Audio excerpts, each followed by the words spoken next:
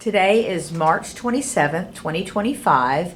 This is Melissa Ackerman, and I will be interviewing Leah Guskin for our JFS 75th anniversary compilation. How are you today, Leah? I'm good. Thanks for having me. Oh, glad to see you. When were you hired? I was hired in the summer of 2016. Okay, and what position were you hired for? My original position was Director of Marketing and Communications. And what is your title now? Senior Director of Philanthropy and Community Relations. Okay.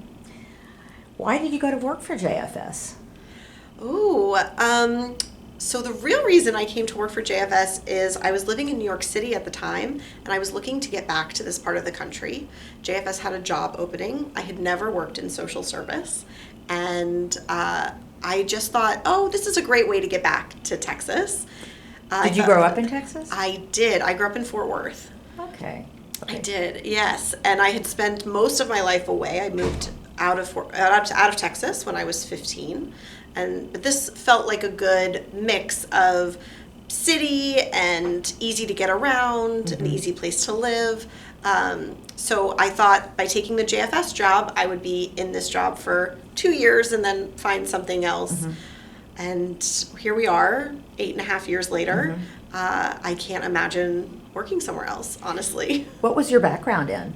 I had worked for the Union for Reform Judaism in New York doing youth programming, so trips to Israel, summer camp, and then I worked for the Foundation for Jewish Camp, also in marketing to encourage kids to go to Jewish summer camp. Okay, so were you wanting to come back into Jewish communal service? I did. My whole life I knew that I would work in the Jewish community. I have a master's degree for it, but I didn't ever see myself in this type of social service entity. I definitely saw myself in more experiential education opportunities, but now this is my home for sure. That's great.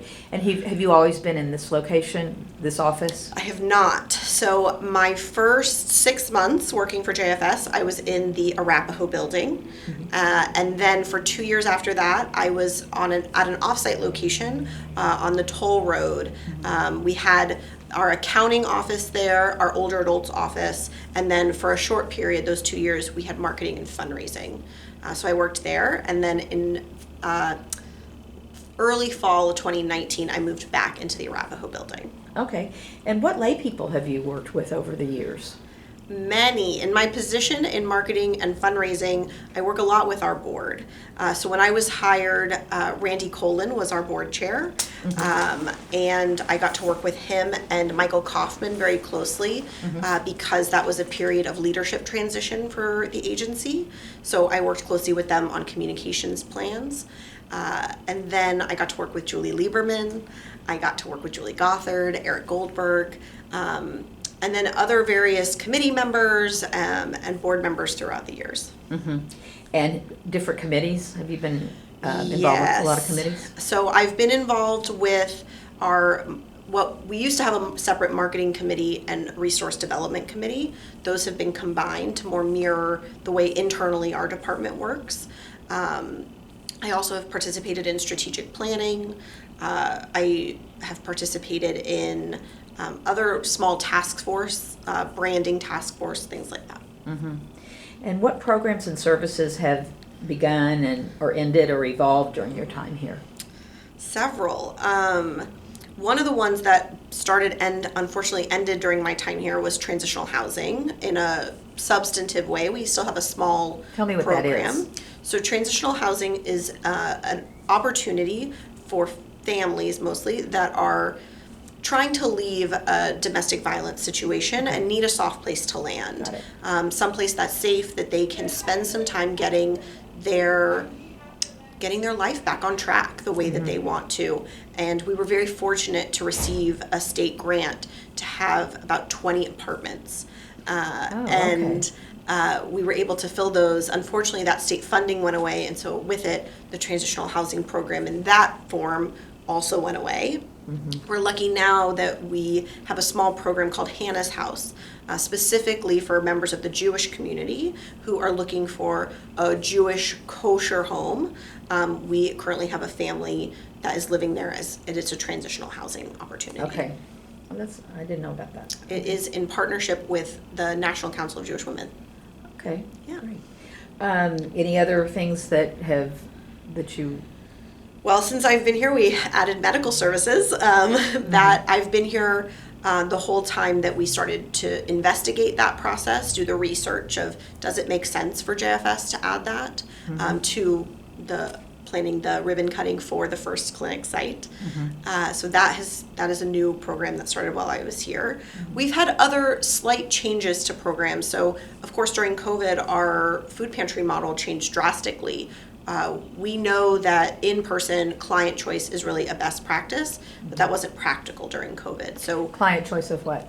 client choice of food. So our clients come into our food pantry and they have the opportunity to shop, more like a grocery store, so that they are picking food that meets their dietary requirements, that they actually like and want to eat, and honestly really provides dignity. Many people, when they walk into the doors of a food pantry, have had a lot of choice taken away from them, and the small act of picking green beans or carrots can give them some of that back.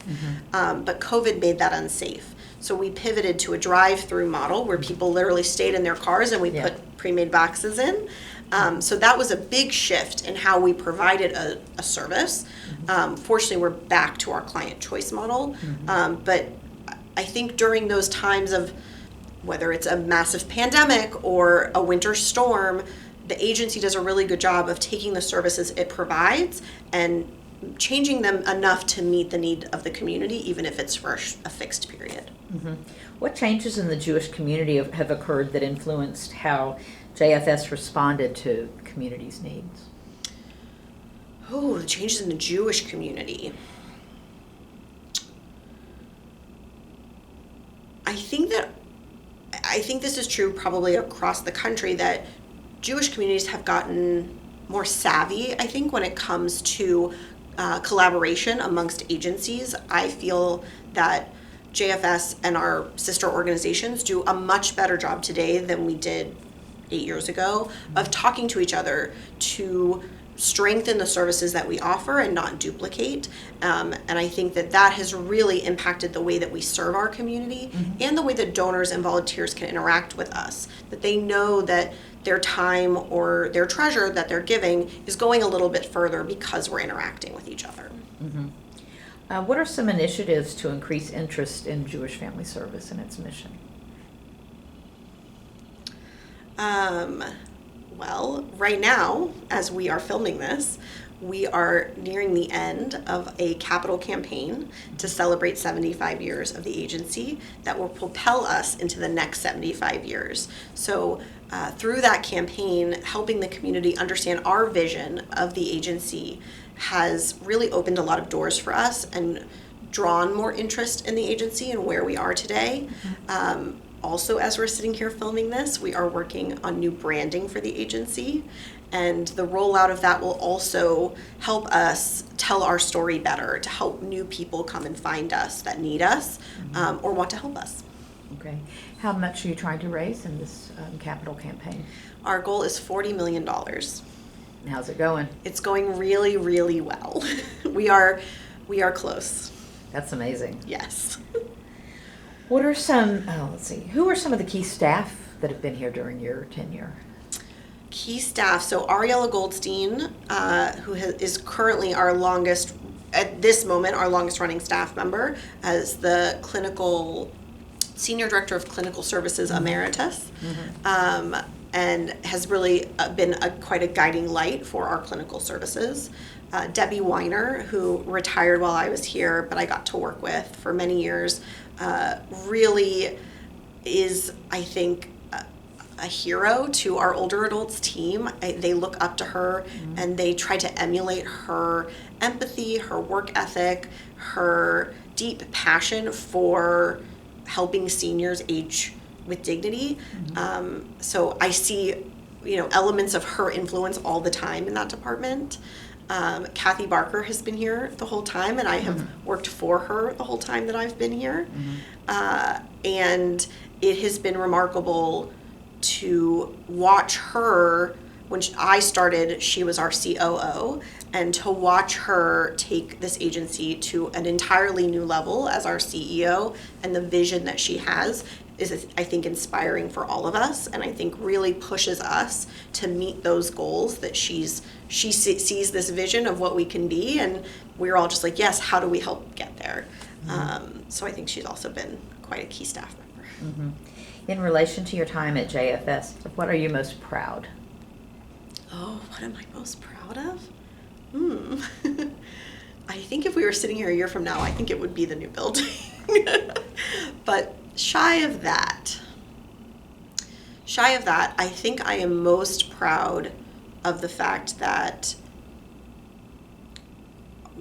our whole team works so hard to put our clients first. And that means that when we think about a marketing piece, that we are representing our clients well, that we're maintaining privacy, but also highlighting the work that our clients do to help themselves get back on the path to self-sufficiency. That when we talk to donors in our fundraising, that we are telling true stories of the work that our frontline staff are doing. And I think I'm most proud of the fact that we have those relationships, we have that client-centered mindset at all times. I think maintaining that even as we've grown is something that I'm proud of. What are some challenges that have been faced during your time with the agency? Drastic changes in what used to be very stable funding, changes to the way that United Way funds, that the Jewish Federation funds, and some other key funders that have been giving. It's not necessarily that they've stopped giving, it's they've changed the way that they give. And how do we respond to those changes? How do we maintain that level of service when we could be facing changes in funding levels? That has been a real challenge for us. Government funding really comes and goes drastically, and that has been really hard. Knowing that we can build a whole program and then it can just go away is always a challenge. I bet. What are some memorable moments or highlights from your time here? Thanksgiving of 2020, we had our drive-through Thanksgiving distribution. We gave out food to over 1,000 families, and I got to do traffic control at one part of the parking lot. Yes. And that was really a highlight for me, to just be there. It was such a hard time. People were really struggling, feeling low, and just to be able to ensure that those people had a Thanksgiving meal, it was really uplifting. Those of us who had been, in our own homes, just sort of like working on our computers in solitary, to be together outdoors helping was such a beautiful moment. I think another moment for me was Woman to Woman in 2024. I had the immense privilege of interviewing on stage one of our peer support specialists from the PLAN program, and talking to Pam and guiding her to tell her story to that audience was a privilege for me, and I was so excited that I got the opportunity.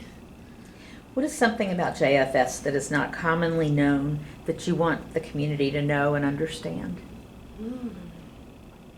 That's not commonly known.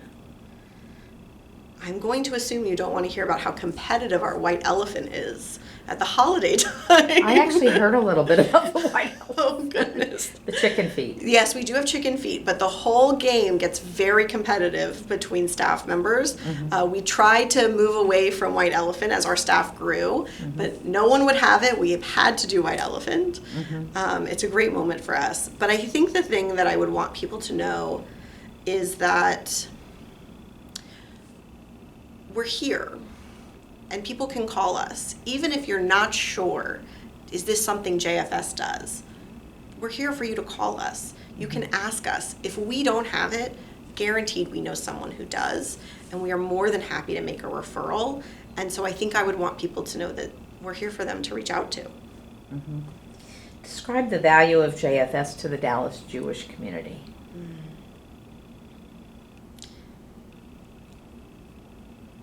I think that all of our agencies have tremendous value in the community because we are an ecosystem and we need each other to thrive. that the Dallas Jewish community wouldn't be the same if we didn't have the day schools, if we didn't have Legacy. Same thing, if we didn't have JFS, if we didn't have this service entity, where else would our community feel as comfortable going? That if you're looking for support as your parent is aging and you don't know what the next steps are, JFS is here and can walk you through all the things that you might need to take that next step with an aging parent. Or if your child is struggling in school and it's really important that they get to stay in a Jewish environment, JFS is here to help you make that happen. And I think our value is being a social service entity, but being a Jewish social service entity. That we're here, we have culturally competent care for people who need that, and we want to be the place that our Jewish community turns. And a thriving JFS means a thriving Dallas community, and we all need each other. We need us all high tide lifts all boats. I think that that's true in our community, that when one agency is thriving, it helps the others thrive as well. Is there anything else I haven't touched on that you'd like to talk about? I don't think so. I can't think of anything. Okay, well, thank you so much. I've enjoyed visiting with you today. Thank you.